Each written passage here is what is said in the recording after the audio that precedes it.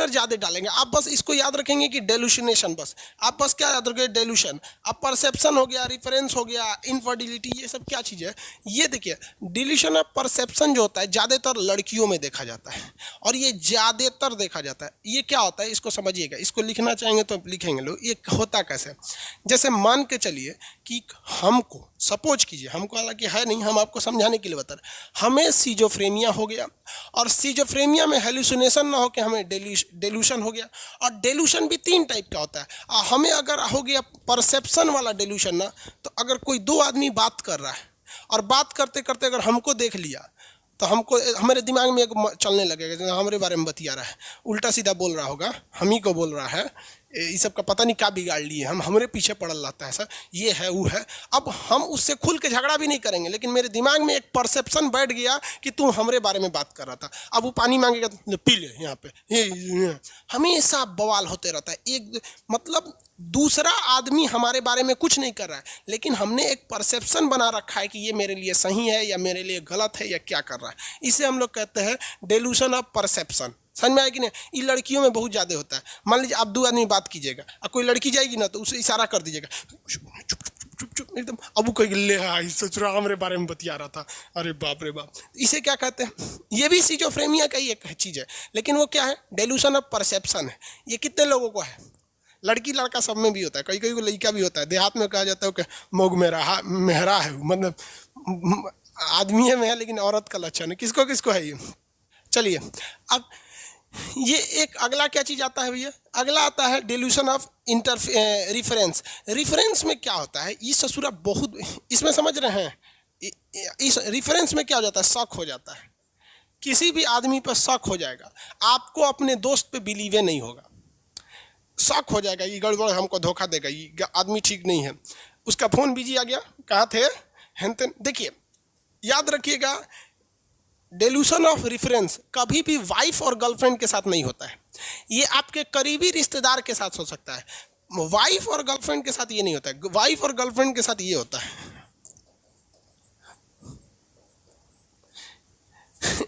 Dilution of infertility. Dilution of infertility में वो व्यक्ति अपनी पत्नी और अपनी गर्लफ्रेंड पे कभी बिलीव नहीं करेगा, उसको लगेगा ये दूसर से फसल है। अगर फ़ोन किया, फ़ोन बिजी आ गया, अगला फ़ोन जैसे उठेगा गरियाएगा, रे पगली कहीं की हाई हो, तो वो क्या हो जाएगा भैया, डेल्यूशन ऑफ इनफर्टिलिटी है। वो वाइफ और गर्लफ्रेंड में होता है। जिस व्यक्ति को ये होगा वो अपनी बीवी का जीना नरक कर देगा। वो बेचारी नैहर जाएगी 10 दिन के लिए, अगर 11 दिन रुक जाएगी तो कहेगा 10 दिन रुकल थी, एक दिन पहिलका वाला से मिली होगी, हाई है हाउ है। तो जब अपनी ही पत्नी पर, पत्नी का अगर लाइसेंस नहीं है तो गर्लफ्रेंड है, उसका लाइसेंस बना दिए तो पत्नी, जैसे कैसे बंदूक है, गैर कानूनी है, लाइसेंस बन गया तो आपका आराम से घूमिए, तो गर्लफ्रेंड का लाइसेंस बनवा लीजिए, पत्नी हो जाएगी। बिना लाइसेंस ही है तो गर्लफ्रेंड।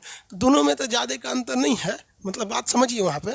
तो ये जो है ना, ये इनफर्टिलिटी भी शक का है और रेफरेंस भी शक का बीमारी है। लेकिन अगर पत्नी पे शक हो गया तो वो क्या है, इनफर्टिलिटी। ये न जाने कितनों की ज़िंदगी बर्बाद की। आप देखेंगे पति पत्नी पे हमेशा झगड़ा होते रहता है, हमेशा। अरे उन गधों को इलाज करा लो ससुरा, तो नहीं, टैबलेट देगा आपको, आराम से 2-3 महीना खाइएगा, शांति से रह जाइएगा। यहाँ पर डिल्यूशन समझ में आ रहा है कि नहीं है सर।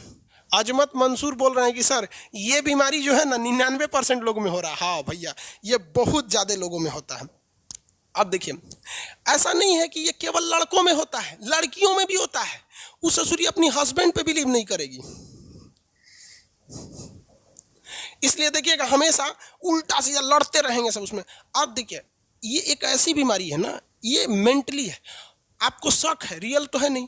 तो अब सपोज कीजिए कि किसी व्यक्ति को अपनी पत्नी पे शक है, तो थोड़े बोलेगा कि रे ते केकरा से फसल है, पहिलका वाला से बतिया रही है, वो उसको कभी बोलेगा ही नहीं बोलेगा। लेकिन अंदर अंदर उससे एगो टीस रखेगा, जिस वजह से उसको खाना दे, उसका चलने पे शक करेगा।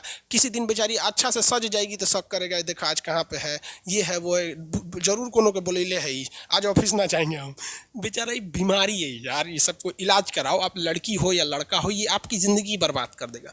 ये आपको दिमाग को बढ़ने नहीं देगा। हर लड़का को आज लड़का लड़की में समस्या बहुत भयानक आ जा रहा है। सीजोफ्रेनिया बहुत बढ़ गया है यहाँ पर। आपको पता होना चाहिए कौन सा सीजोफ्रेनिया। जाके कहेंगे सीजोफ्रेनिया, सीधे बोलिए भैया। आपको अगर सीजोफ्रेनिया, अगर दूसरा कोई भी बोलता है, आपको लगता है आप ही के बारे में बोल रहा है, तब ये परसेप्शन है, आपने गलत विचार डाला। अगर आपको अपने करीबी लोगों पर शक हो रहा है तो ये रेफरेंस है, और अगर अपने हस्बैंड या अपने वाइफ पर हो रहा है तो आपको इनफर्टिलिटी है। समझ में आ रहा है कि नहीं है? जैसे सिजोफ्रेनिया जिसको जिसको है, कोरोना अगर शांत हो जाए तो तुरंत जाके उसका इलाज करा दिए, वरना आप कभी सक्सेस नहीं हो सकते।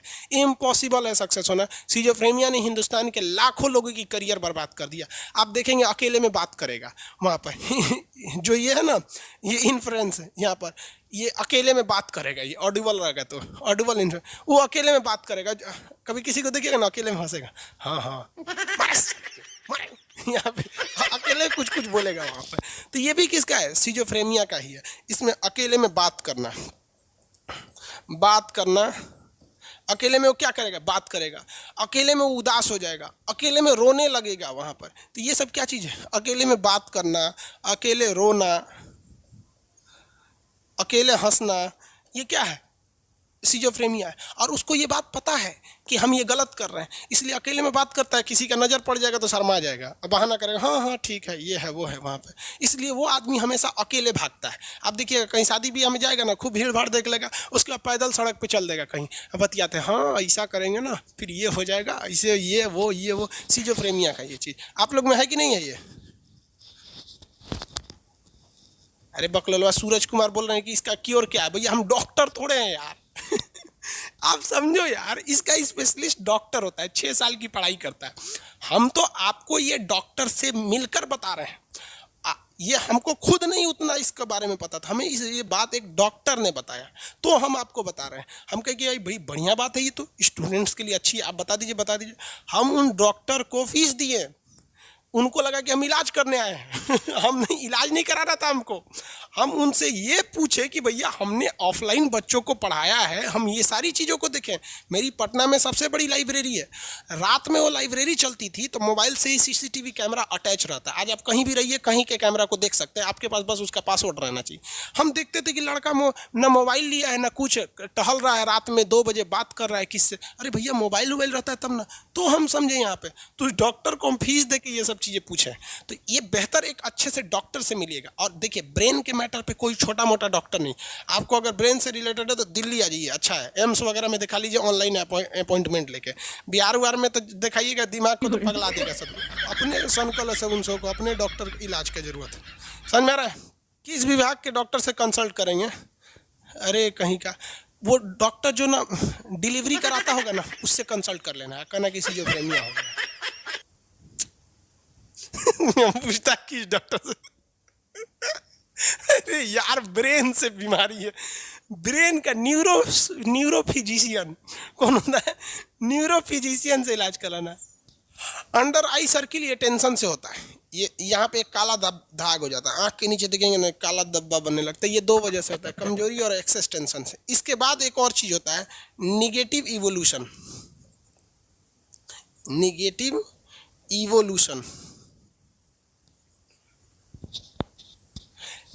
इवोल्यूशन ये सिजोफ्रेनिया का एक और लक्षण है। इस लक्षण में क्या होता है कि आप कोई भी काम को करने जाइएगा ना तो उसको टाल मटोल करिएगा। जैसे मान लीजिए कि आपको कोई चीज़ पढ़ना है, मान लीजिए सपोज कीजिए कुछ याद करना है, 2 पेज हमने आपको बोल दिया कि कल आप रिवाइज करके आइएगा पूरा चैप्टर। आप जाएंगे रिवाइज करने, सोचेंगे रुको थोड़ा सा मुँह धुल लेते हैं, जाएंगे मुँह धुलने, एक बोतल लेके पानी बैठ जाएंगे, थोड़ा सा पढ़ेंगे, फिर पानी पिएंगे, पेशाब लग जाएगा, पेशाब करने जाएंगे, कहेंगे थोड़ा सा मोबाइल देख लेते हैं, व्हाट्सअप देख लेते हैं, व्हाट्सअप पे गए, थोड़ा सा देखने के लिए आधा घंटा हो गया, तब तक मैं कोनो लिंक दे दिया, व्हाट्सअप से घुस गए, लिंक पे क्लिक करके यूट्यूब पर, अब यूट्यूब पे सर्च करेंगे, आपका दिमाग कहेगा अरे यार छोड़ना इसको, आप कहेंगे अरे थोड़ा सा और, फिर दिमाग कहेगा यार पढ़ना है, टाइम नहीं है, अरे थोड़ा सा और, तो फेसबुक पे कोई नोटिफिकेशन आ जाएगा, इस पे चल जाए।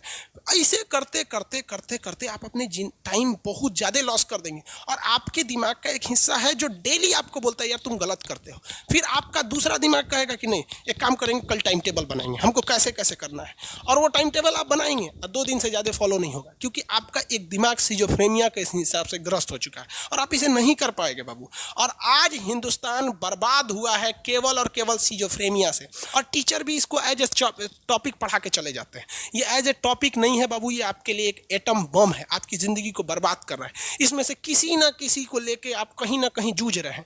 इसमें अगर देखिए समझ रहे हैं कि नहीं आ रहा है जी, इसमें आई हैव निगेटिव इवोल्यूशन, चलिए जाके इलाज करा लो।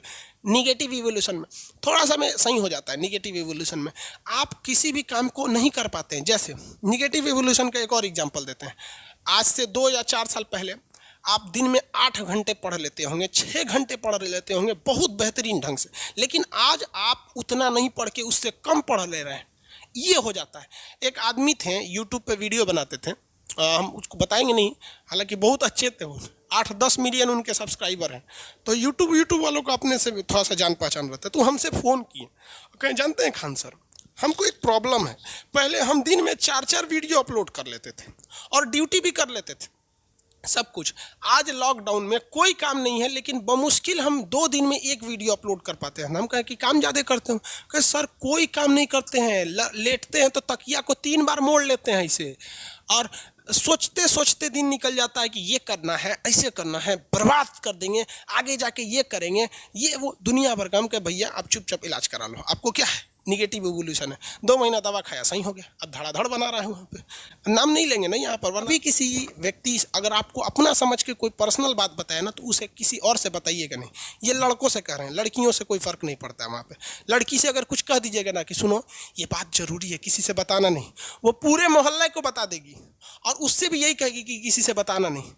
पूरे एरिया की लड़कियों को पता चल जाएगा कि क्या बात है, और क्या, और सबके साथ ये भी रहेगा कि किसी को बताना नहीं, किसी को नहीं बताना है, किसी को नहीं बताना है, सबको बता, किसी से बताना नहीं, किसी से बताना नहीं। इसलिए लड़कियां अगर किसी बात को छिपा लेंगी, ये इस दुनिया का 8वां अजूबा हो जाएगा।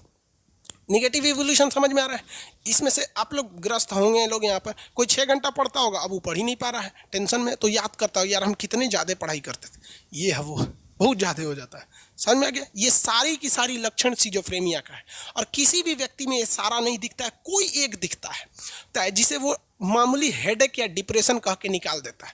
और निकालो बबुआ, ये जितना जल्दी इलाज करोगे उतना कम दवा खाना पड़ेगा।